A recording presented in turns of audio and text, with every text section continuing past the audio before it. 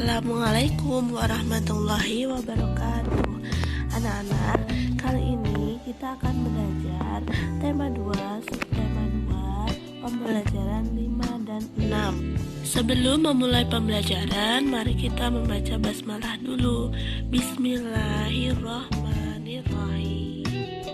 Pada pembelajaran 5, kita akan belajar tentang penyakit pada organ pernapasan. Kemarin kalian sudah belajar penyakit organ pernapasan, asma, flu, bronkitis, tonsilitis, dan pneumonia. Nah, di sini terdapat beberapa penyakit lain yang dapat menyerang sistem pernapasan manusia yang disebabkan oleh bakteri, virus, atau kondisi lingkungan sekitar yang kotor atau tidak sehat. Nah, berikut yang pertama kita membahas penyakit emfisema. Emfisema adalah penyakit yang berciri-ciri kerusakan jaringan di sekitar saluran bronkiolus dan alveolus. Gejalanya sesak napas yang hebat. Kemudian penyebabnya adalah polusi udara dan zat-zat berbahaya dalam rokok. Nah, ini untuk yang suka merokok nanti akan terkena emfisema. Kemudian pengobatannya adalah meminum obat sesuai resep dokter dan menjaga pola hidup sehat. Yang kedua yaitu kanker paru-paru. Nah, ciri-cirinya adalah pertumbuhan sel-sel paru-paru yang tidak terkendali dapat menyebar luas ke seluruh bagian tubuh. Gejalanya adalah batuk terus-menerus, berat badan yang menurun, dan nyeri dada. Penyebabnya adalah zat-zat berbahaya yang ada di dalam rokok. Nah, ini juga makanya kita dilarang merokok karena menjaga kesehatan supaya tidak terkena penyakit-penyakit yang berbahaya. Kemudian pengobatannya yaitu dengan kemoterapi dan radioterapi.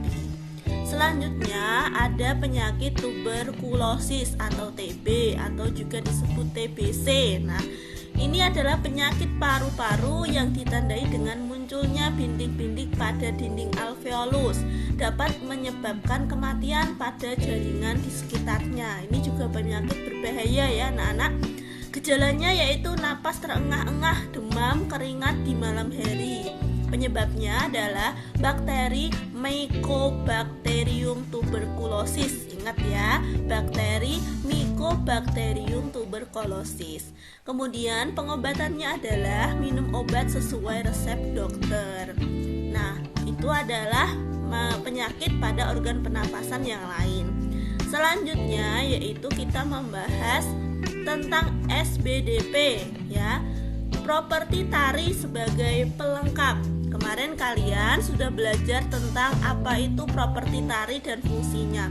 Nah, ini fungsinya yaitu untuk membedakan jenis tarian dan sebagai aksesoris penari.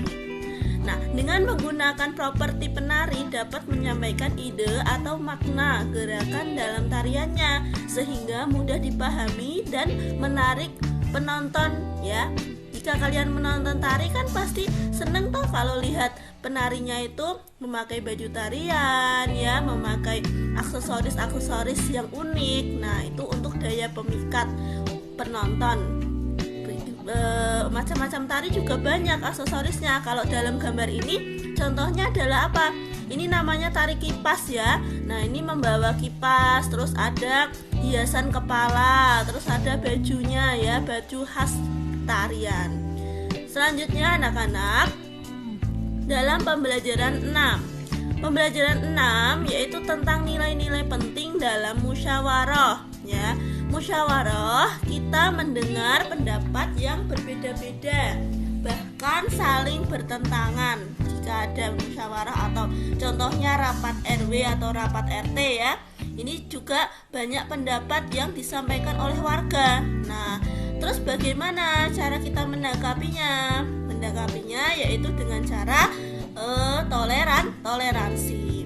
Nah, oleh karena itu musyawarah harus dilandasi dengan semangat gotong gotong royong dan kekeluargaan supaya berjalan dengan lancar, tidak menimbulkan pertengkaran. Nilai-nilai penting dalam musyawarah itu ada beberapa. Yang pertama, kebersamaan, ya. Kedua, kebebasan berpendapat. Yang ketiga, menghargai orang lain. Terus persamaan hak dan berjiwa besar. Selanjutnya, lapang dada menerima hasil musyawarah.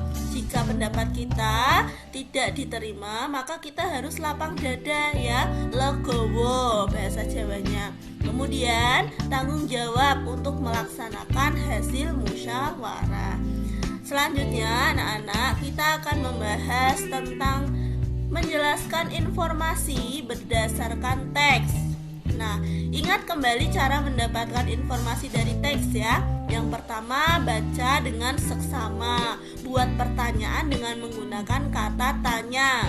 Kemudian tulis dalam bentuk tabel. Seperti itu anak-anak. Kalian kemarin sudah membuat, ya, yang ibu tugaskan kemarin. Kalian sudah membuat pasti, ya, sudah paham, ya, cara menjelaskan informasi berdasarkan teks bacaan. Selanjutnya yaitu unsur-unsur yang harus dipersiapkan untuk peragaan tari. Nah, unsur itu sama dengan alat-alat yang harus disiapkan, ya.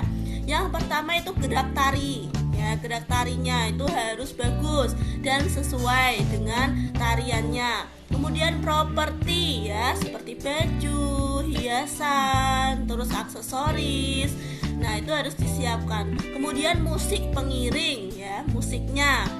Selanjutnya kostum yaitu pakaian tarinya, dan tata panggung, ya. Panggungnya harus dihias sedemikian rupa supaya menarik perhatian penonton. Jadi penonton itu senang melihat tariannya itu.